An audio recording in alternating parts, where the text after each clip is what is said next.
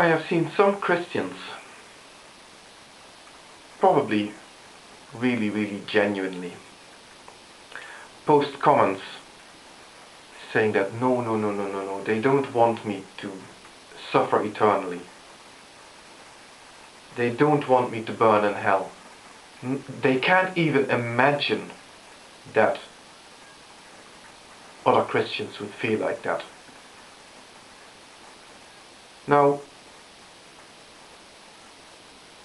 I can imagine that somebody would kid themselves into thinking that their belief in a hell or eternal suffering or anything of that nature is not born out of some sort of deep desire to see other people suffer. That they might have convinced themselves that this is not the case.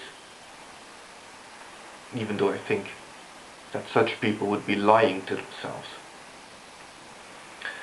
But what certainly is complete and utter nonsense is to claim that no Christians would feel that way.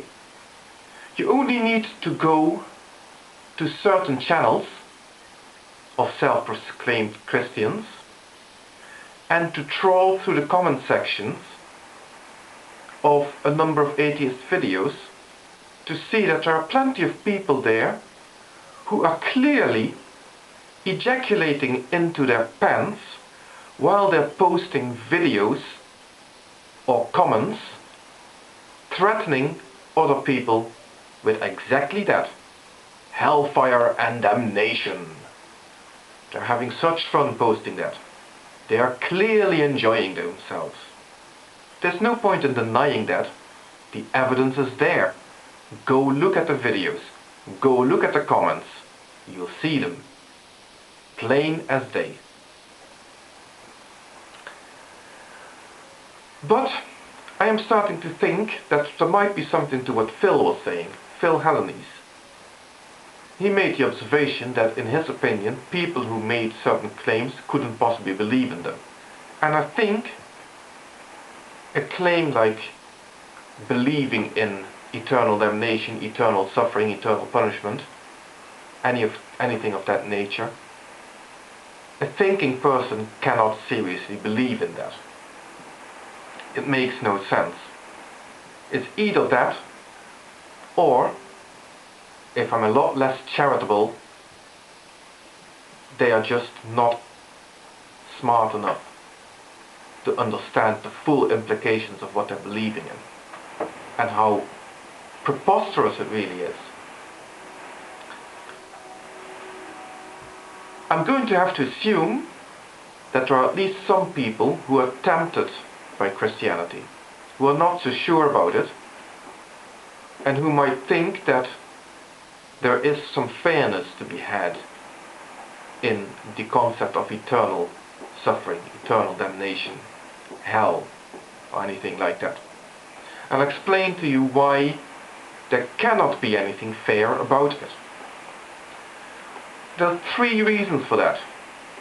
For the first one, I would like to refer back to what crime and retribution are really meant to do.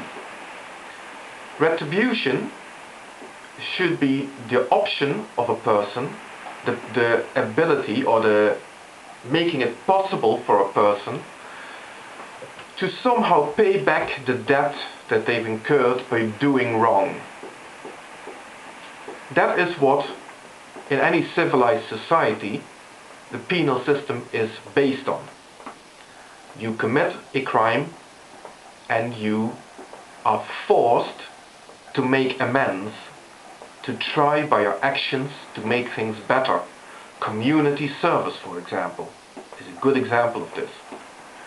But of course, there is a problem here, because we live in a society of human beings which are mortal and which have only limited capability of getting to the bottom of wrongs when they have been committed.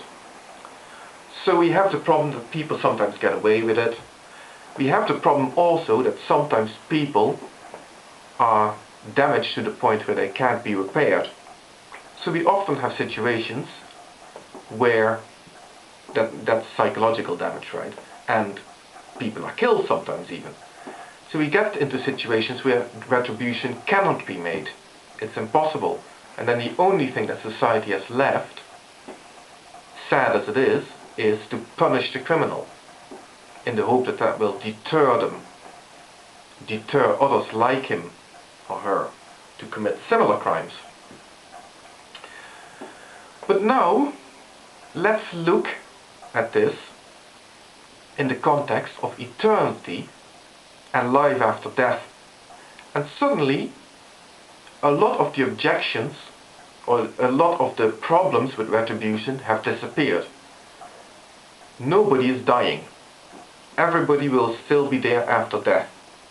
Whether they're in heaven or in hell, they're still around. There's an eternity of time.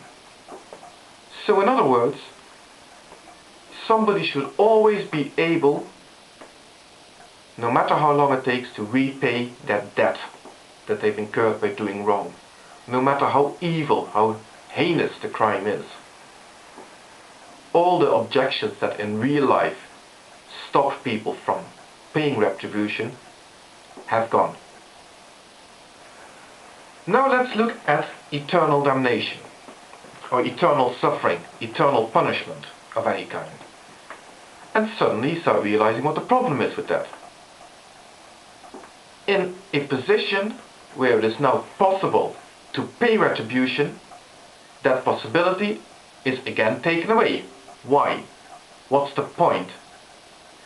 What is the point in punishing somebody if they cannot pay back for the crimes they've committed? That's my first objection. The second objection: how does punishment and added suffering make anything better? And my final objection is in the fact that no matter how you look at it, an eternal punishment is by definition disproportionate with regard to the crime that was committed. No matter how atrocious the crime was. Somebody in one of my videos mentioned genocide. So, I'm not diminishing the importance of genocide. Genocide is truly horrible. But say somebody, through sheer evil and power, manages to blight 1 billion lives. And let's say we make them suffer for a whole lifetime. And you take them a nice big figure, like 100 years for each lifetime that they've corrupted or damaged. Even that adds up to nothing more than 100 billion years of suffering in the form of some sort of punishment, if one really wanted to go that far. And what is 100 billion years? It's an enormous amount of time. It is 6 times the lifespan of the universe, more or less. But compared to eternity, it doesn't even begin to make a dent into scratching the surface of eternity. So, no crime can be so serious that it deserves eternal punishment. And I think it is purely an inability to get your head around time spans that long that makes people think that there can be anything just or right about a concept like eternal punishment. It is either that or they're just lying.